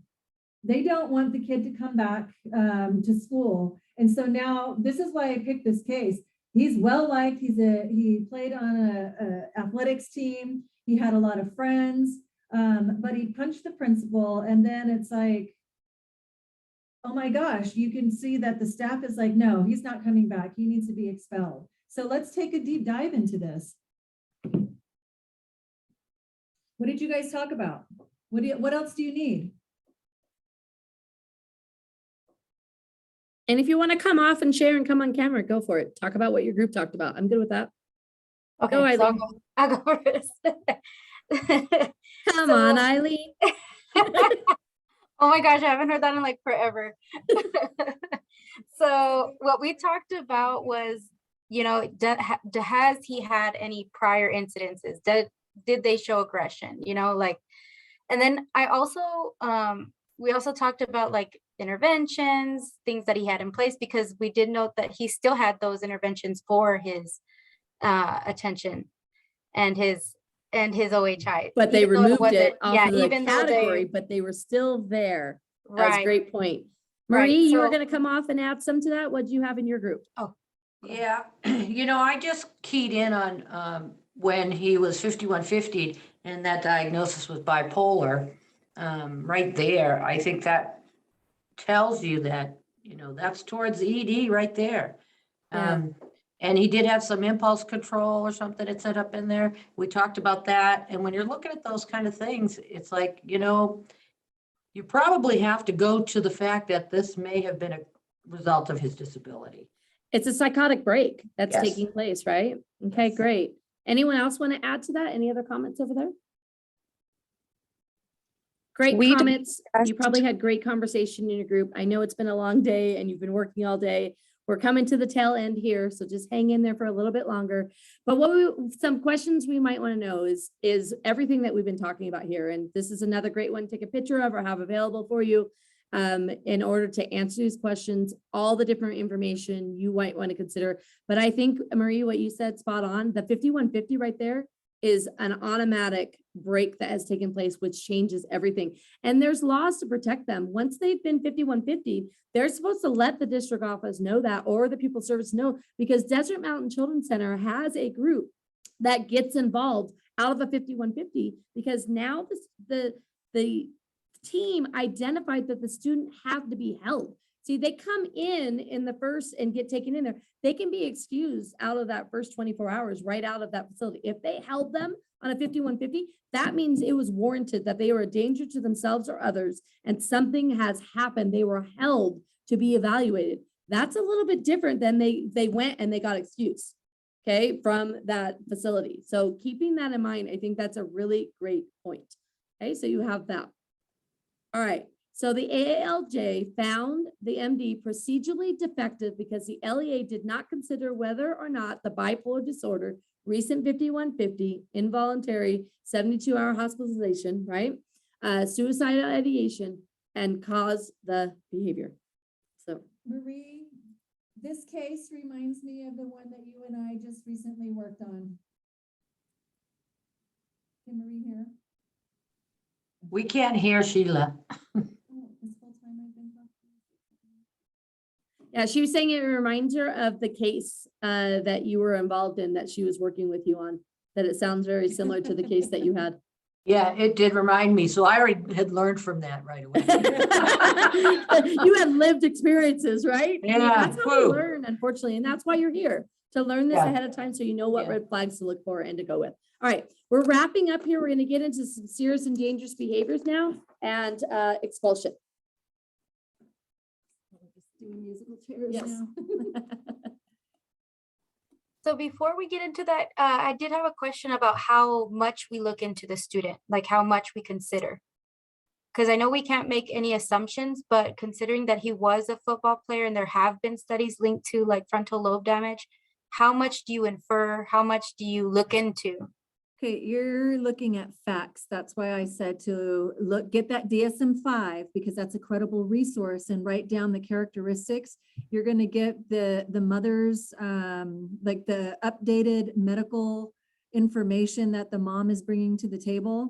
And so like when Maria and I were working together, mom had dispelled that she had, that the child had a hospitalization. But the IEP team and the MD team they weren't privy to that information. So when Marie learned about that, she asked the parents to bring that back for consideration because that would be a huge change in course on the outcomes for the student. And so that means that now the IEP team is considering a whole new different set of facts that they didn't have previously. And so what you're, looking for and what you're asking is the facts. Okay, and so let me slide with She's you. Let me slide- pushing let me me slide- over. Okay, so I'm reading your question in the chat as well. And yes, is there links to concussions and links to frontal lobe damage because of football or things like, was there an accident or something? However, bipolar doesn't get diagnosed out of that. Maybe the child had used some drugs over the weekend, and that's a psychosis break. We find between the ages of 16 and 23, the use of drugs and the amount of THC that is in marijuana today can send a child and trigger bipolar as well as schizophrenia. So that's why the brain is not developed enough to be able to utilize or experiment with drugs. And most kids between the ages 16 and 23 is when they experiment. And one time too much can take it into a bipolar or schizophrenia. So that's a great question, but not normally linked to concussions. Okay? Okay. Only because they said they couldn't hear you, so I thought I'd I put a slide. know. I'm so sad that if you guys didn't hear me, because I gave that great information as far as the slides I told you to take pictures of, and you use that information to really help guide that MD. So we're talking about serious behaviors now, and we're moving on into expulsion. And can we expel special education students? And we can, for the same reasons that we're going to expel gen ed students, but we still have to conduct that manifestation determination review within the 10 days, because now remember, expulsion is like, that is beyond the 10 days, it's for the rest of the year, right? We're changing that entire placement and you're expelling them. And so we absolutely have to have that MD meeting. And so if the behavior is an MD, and it is a manifestation of that child's disability, we cannot expel for that particular behavior. And if the behavior is not an MD, we can recommend expulsion. So just keep that in mind. And so now for expelled students, the district still has to remain the sole responsible not person, but they're still responsible for the student's education. So if they're up for expulsion, wherever then that child is going to receive their education, the district is still responsible to provide their special education and related services. So the types of expulsion, we always follow these types. If there's a serious physical injury, and when I say serious physical injury, I've been involved with certain fights that happen where the parent is demanding that that child not return to school, that they be expelled because the child was completely beat up, or even at school, you hit and strike a staff. When we're talking about serious physical injury, we have to know that somebody went to the hospital, there was a concussion, there was bleeding, there were stitches. Like, you have to have the proof to show that it was a serious physical injury. So we can't make an assumption and say like something has to be broken, something has to be done to equate to that seriousness. So possession of knife, of course, you're going to want to know how sharp that knife was, because that's going to determine whether or not it's an expellable offense. A possession of controlled substance, robbery, assault, and battery. So any of those are mandatory recommendation for suspension.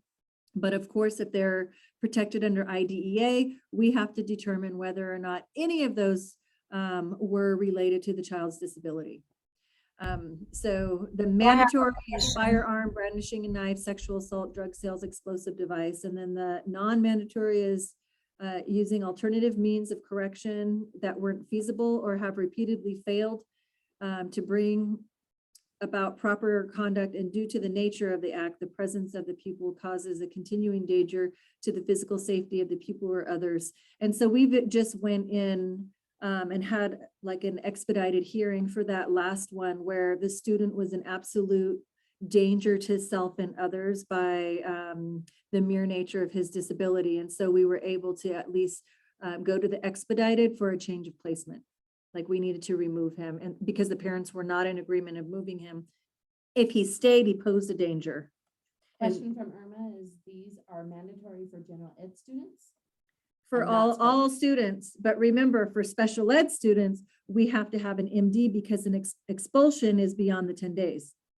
So we have to determine, and if we determine that it is a manifestation of the child's disability, we cannot expel. We need to put some serious interventions in. We need to do an FBA. We need to consider that where they are is not appropriate placement for them. And so now we're talking about a change of placement due to their behaviors and that last serious behavior. Okay. Okay. So I think I talked about all of this. Sometimes if we have one of these serious behaviors, we can place a student in an interim alternative educational setting. That's what an IAES is for 45 school days.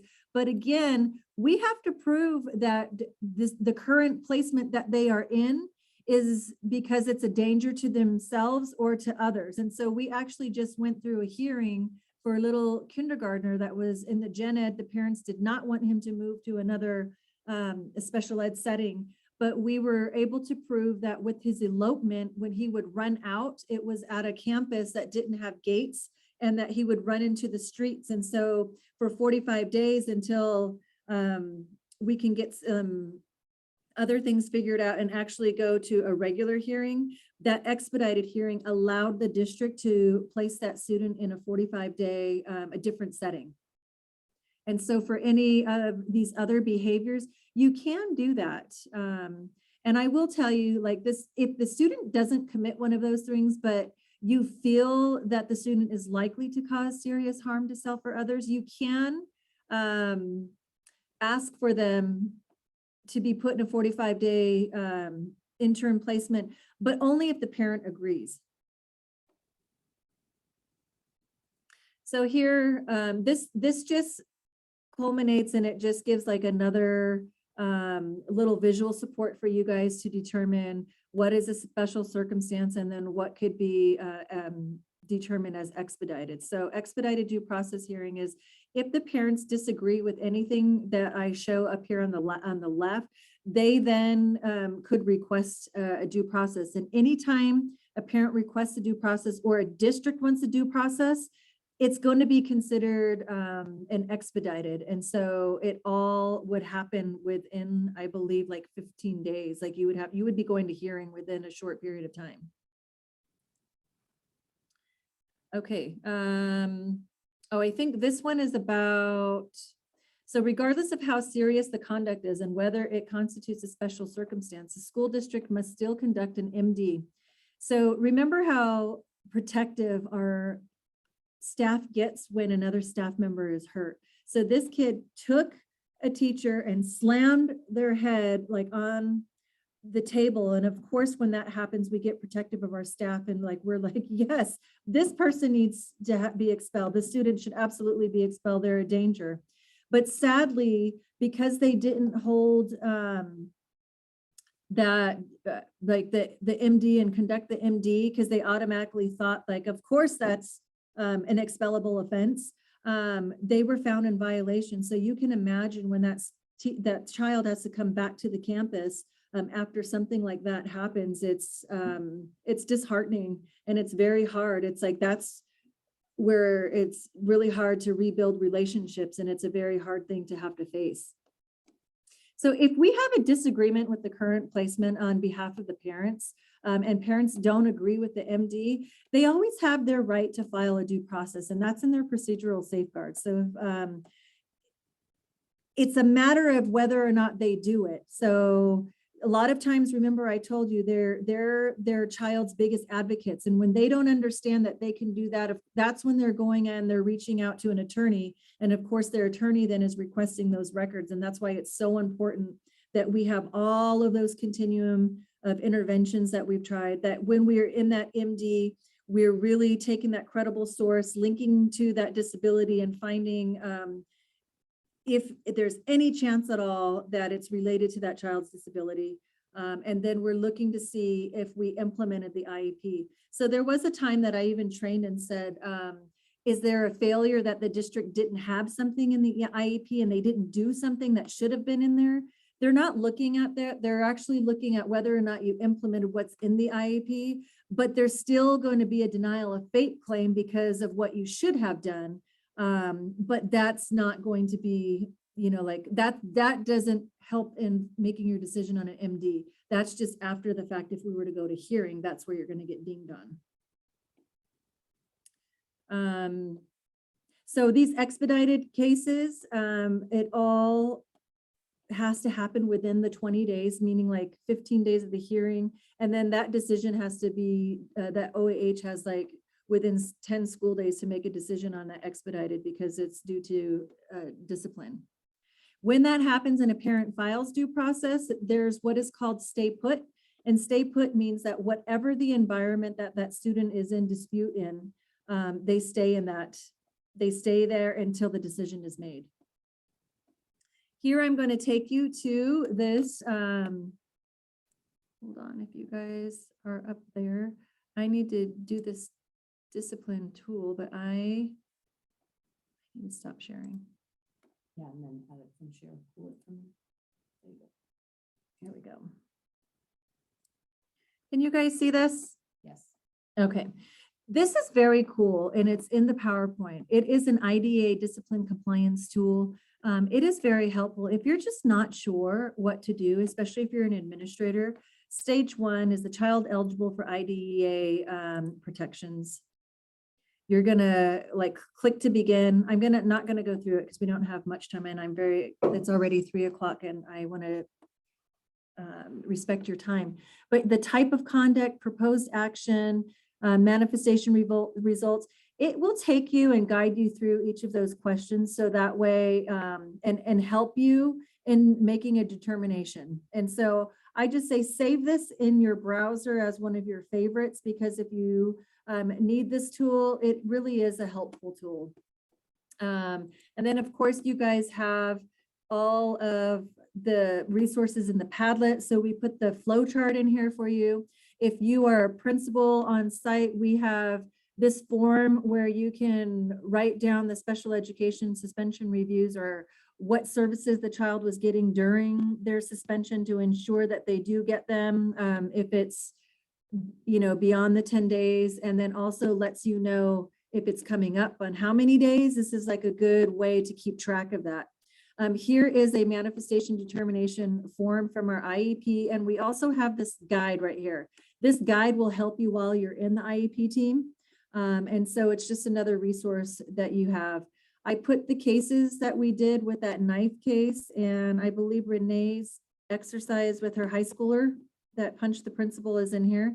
And then there's some smart starts, which are about manifestation determinations for students not yet eligible. And for some of you charter schools that have, this is huge.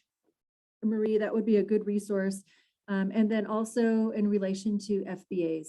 And then we have the special ed timelines that it's a nice little cheat sheet up here.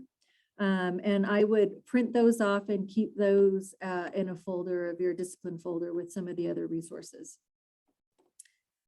And stop sharing. Is there any questions that you guys have for Renee and I as we close up? I have a question. On the special ed connection, it when I go open up some of the links, it asks me for a username and password. Did you provide that? I did not. I can ask, do we have our districts that get that? They should, their special ed director should have the. I'm gonna login for it. ask, is that Amber? Who said that? That was Irma. Irma.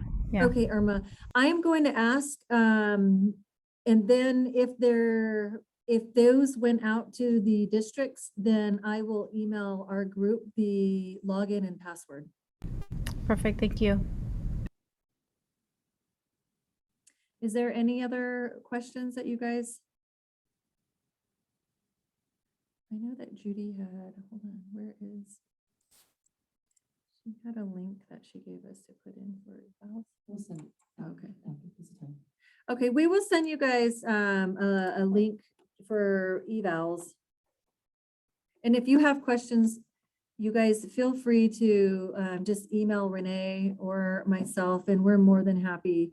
like, we're here to help and support you guys in any way possible, no matter what the question is. And so if you ever have any questions, we're more than happy to be here for you and provide that support and answer the questions so that way you can feel comfortable and confident in the work that you're doing. Thank you. Thank you, you guys. All right. With that, Appreciate it. enjoy your day. Thank you.